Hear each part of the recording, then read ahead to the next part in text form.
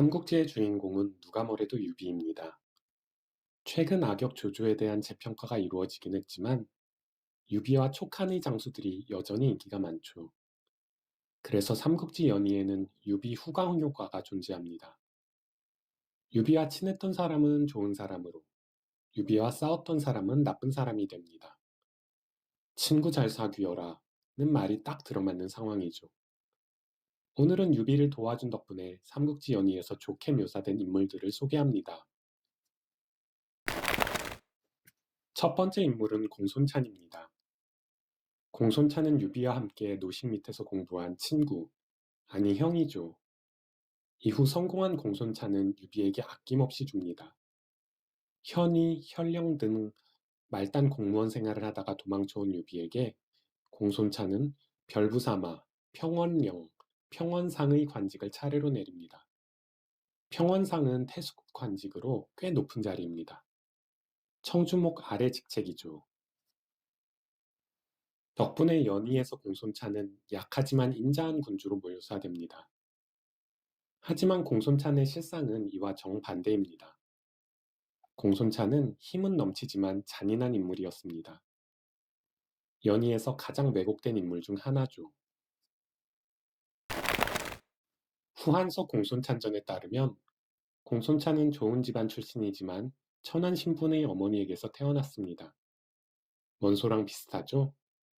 하지만 공손찬이 뛰어난 재능을 눈여겨본 유주태수가 그를 사위로 삼으면서 출세의 길이 열립니다.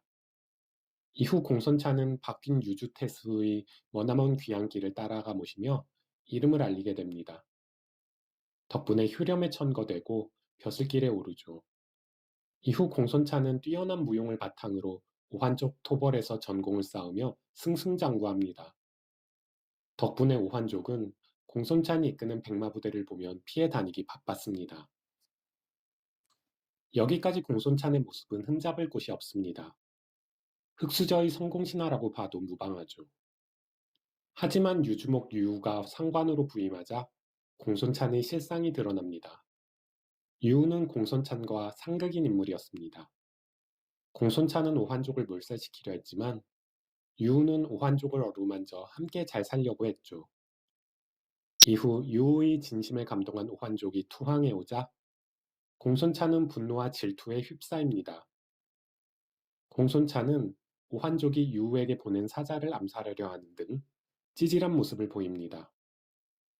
그리고 유우가 아들인 유화에게 황제를 맞이하는 군대 수천 명을 보내자 공손찬은 원술에게 이 군대를 빼앗게 시킵니다.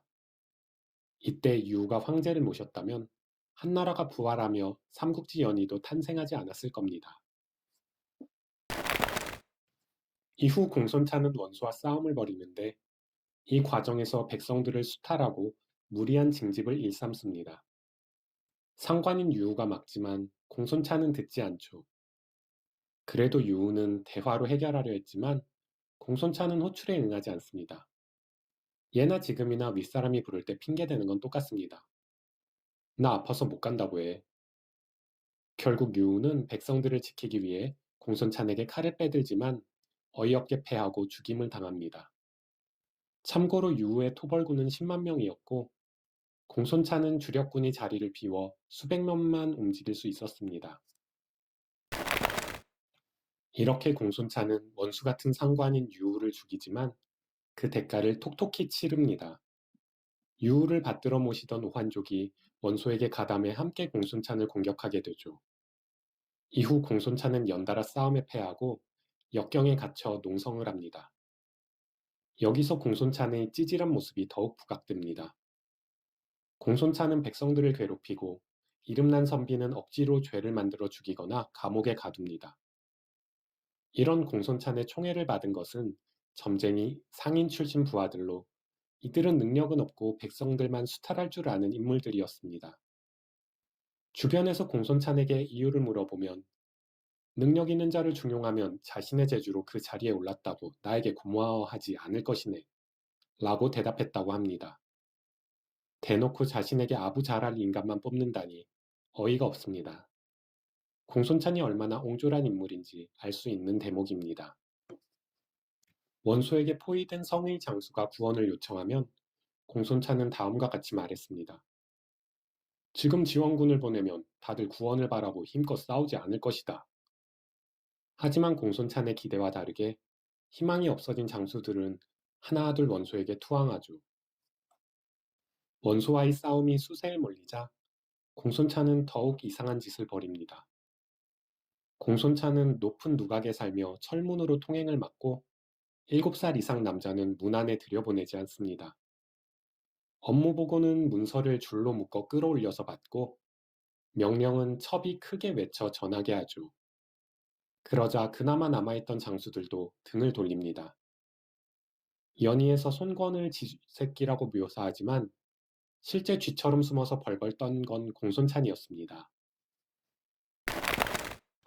이후 원소의 공격으로 역경의 성루가 무너지자 공손찬은 자기 손으로 처자식을 모두 죽이고 불을 질러 자살합니다. 흑산적에게 구원을 청하러 갔던 아들 공손속도 이민족에게 살해당하죠.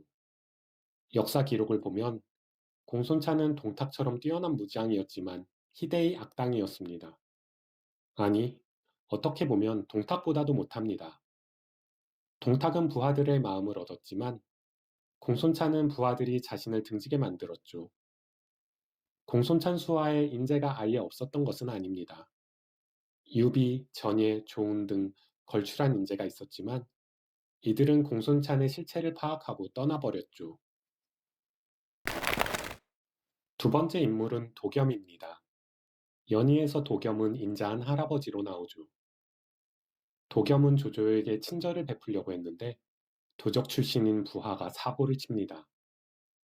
그러자 도겸은 조조에게 자신의 목을 내주고 백성들을 구하려고 합니다. 죽는 순간까지 서주의 백성을 걱정하며 유비에게 후사를 부탁하죠. 하지만 정사에서 도겸의 모습은 사뭇 다릅니다. 도겸의 어린 시절 모습은 공손찬과 비슷합니다. 오서에 따르면 도겸은 어려서 고아가 되었지만 외모가 범상치 않아 창호태수 출신의 세력가가 사위로 맞이합니다. 도겸은 강직한 인물로 어려서부터 학문을 좋아했다고 합니다. 그리고 연희의 비실비실한 모습과 달리 도겸은 군사적 재능이 뛰어난 인물이었습니다. 도겸은 황보숭의 수하로 강족토벌에 큰 공을 세우고 장원을 따라 한수의 반란토벌에 공을 세우고 서주의 황건적을 처부수는 등 종횡무진 활약합니다. 그리고 동탁이 장안으로 천도한 후에도 조정에 계속 공물을 바쳐 충성을 보입니다. 이렇게 훌륭한 모습을 보이던 도겸은 어느 순간 돌변합니다. 도겸은 충신을 멀리하고 간신을 총애하며 막장 정치를 합니다. 덕분에 풍요로운 땅 서주는 혼란에 빠집니다.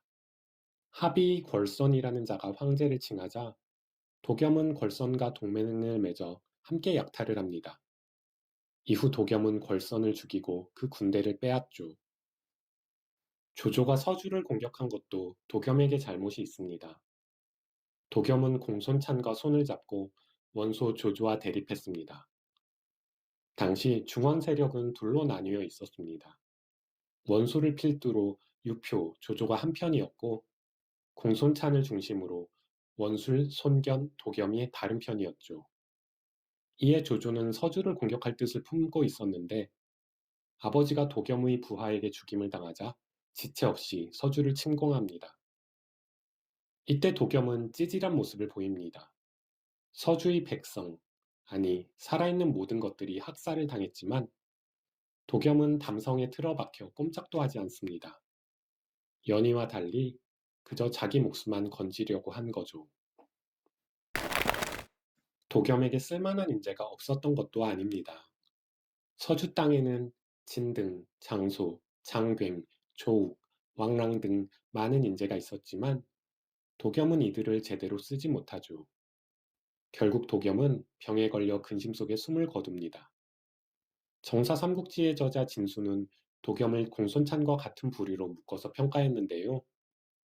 공손찬은 역경을 지키다가 전멸을 당했고 도겸은 혼란을 걱정하다 죽었다. 이들은 한나라의 주나 군을 지배했지만 일반 백성보다도 못했으니 평가할 가치도 없다. 여기에 진수는 공순찬이나 도겸은 장현보다도 못하다고 확인 사살을 합니다. 장현은 도적대인 흑산적의 우두머리로 조조에게 투항해 벼슬을 받고 잘 살다 가는 인물입니다. 반대로 공손찬이나 도겸은 좋게 시작했지만 안 좋게 끝난 인물들이고요. 그 다음 소개할 인물은 유표입니다. 연희에서 유표는 형주를 풍요롭고 살기 좋은 땅으로 만들었습니다. 유표는 오갈 것 없는 유비를 거두어 줄 뿐 아니라 유비에게 형주를 넘겨주려고 합니다. 주변 사람들의 꼬임에 넘어가 유비를 의심하기도 하지만 끝내 유비에 대한 믿음을 저버리지 않죠. 실제 역사 기록을 살펴봐도 유표는 꽤 훌륭한 인물이 맞습니다. 유표는 황실의 후예로 어려서부터 지식이 뛰어나 팔준, 8명의 뛰어난 선비라고 불렸습니다.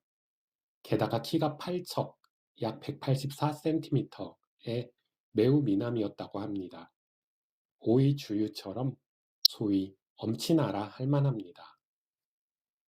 재미있는 점은 유표는 철천지 원수인 손견 덕분에 높은 관직에 오르게 됩니다. 동탁을 공격하러 가던 손견이 형주자사 왕예를 살해하자 조정에서는 유표에게 형주자사 관직을 내립니다. 하지만 유표로선 마냥 기뻐할 수 없는 게 형주 노양에 원술이 대군을 거느리고 버티고 있었습니다. 게다가 한수 이남 형주 땅에는 도적대가 들끓어 민심이 흉흉한 상황이었지요. 그런데 조정에서는 유표에게 병사 1명 보내주지 않았으니 이건 뭐 죽으러 가라는 말과 다를 바 없었습니다.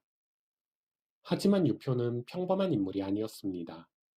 원수를 피해 혈혈단신으로 의성에 들어간 유표는 형주의 명사인 괴월, 채모 등을 초빙해 일을 시작합니다. 유표는 괴월의 지혜를 빌려 도적대를 회유하거나 도적대의 두목을 암살하는 방식으로 하나 둘 남형주의 세력을 평정해 나갑니다. 이렇게 유표는 단기간에 남형주를 평정하고 10만 대군을 손에 거둡니다. 여기서 끝이 아닙니다. 유표는 널리 인재를 구하고 훌륭한 정치를 펼쳐 백성들을 어루만졌습니다. 그러자 인재와 백성들이 형주로 모여들고 형주는 풍요로운 땅으로 변합니다. 하지만 유표의 아름다운 모습은 여기까지였습니다. 위서 배송지주 한숭전을 보면 유표가 천지의 교사를 지내 한숭이 이를 말렸지만 듣지 않았다는 구절이 나옵니다. 여기서 교사 또는 교천제는 황제가 하늘과 땅에 올리는 제사입니다. 유표는 교천제를 지냈을 뿐 아니라 황제처럼 옷을 입고 행동했습니다. 원술처럼 황제를 칭하진 않았지만 유표도 황제 행세를 한 겁니다. 훗날 조조가 형주를 토벌할 때 유표의 이런 잘못은 좋은 명분이 되었을 겁니다. 유표의 두 번째 실책은 관도대전 때 벌어졌습니다. 원소가 도움을 요청하자 유표는 겉으로는 돕겠다고 하고 가만히 있었습니다. 그렇다고 조조의 손을 들어준 것도 아니고요. 그러자 한숭, 유선, 괴월이 나서서 유표를 다음과 같이 설득합니다. 장군께서 대업을 이루시려면 원소와 조조가 싸우느라 지친 틈을 타서 이들을 쓸어버리십시오. 그렇지 않다면 조조를 후원하십시오. 용병에 능한 조조는 원소를 깨뜨리고 장강이 이남을 노릴 텐데 그때는 당해낼 수가 없습니다. 하지만 유표는 꿈쩍도 하지 않고 그저 원소와 조조의 싸움을 구경만 합니다. 결국 조조가 원소를 물리치고 중원을 제패하니 형주의 유표는 큰 압박을 받게 됩니다. 유표의 세 번째 실책은 조조의 오한정벌 때 벌어집니다. 중국 동진 때 지어진 역사서 한진춘추에 따르면 유비가 허도를 습격하라고 제안했지만 유표가 따르지 않습니다. 이때 조조는 곽가의 예언 하나만 믿고 무리한 원정을 나간 상황이었습니다. 유표는 한가롭게 말만 늘어놓는 인간으로 본인의 재주가 유비만 못하다는 걸 압니다. 유비에게 큰 권한을 주면 자신이 제어하지 못할 것을 두려워할 것이고 유비에게 작은 권한만 주면 유비도 힘을 내지 못합니다. 따라서 조조공이 멀리 원정을 떠나도 유표를 걱정할 필요가 없습니다. 이때 조조는 주력군을 거느리고 장거리 원정을 떠난 상황이라 반년 안에 허도로 돌아오기 힘든 상황이었습니다. 유표가 허도를 함락시키고 황제를 모실 수 있는 절호의 기회였죠.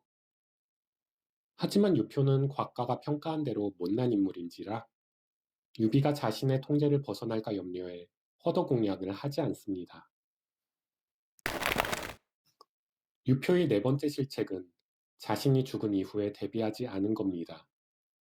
형주의 유력 호족인 채모 괴월 등이 유종을 지지했기 때문에 유표가 유종을 후계자로 삼은 것은 충분히 이해할 수 있습니다. 문제는 유표가 채모 괴월의 마음을 얻지도 못했고 유종에게 일찍 힘을 실어주지 않았다는 겁니다. 유표가 죽자 유종은 어린 나이에도 불구하고 결사항전으로 조조에게 맞서려고 합니다. 하지만 괴월 등 대부분의 수하들이 항복할 것을 강제로 권하죠. 유표의 뒤를 이었지만 칠권이 없었던 유종은 이를 따를 수밖에 없었습니다. 결국 유표가 만든 풍요로운 형주왕국은 남의 손에 들어가고 맙니다. 정사 삼국지의 저자 진수는 원소와 유표를 비슷한 인물로 평가했습니다. 원소와 유표는 겉으로는 관대하나 속으로 질투를 하고 모략을 좋아하나 결단력이 없고 인재가 있어도 쓰지 못하고 좋은 말을 들어도 받아들이지 못했고 맏아들을 내쫓고 다른 아들을 세우고 예의를 버리고 편애를 했으니 후계자 때 고통을 당하고 세력이 멸망한 것은 당연한 일이다. 다음 시간에는 삼국지 초반부의 핵심 전투, 기주를 둘러싼 공손찬과 원소의 전쟁에 대해 살펴보겠습니다. 감사합니다.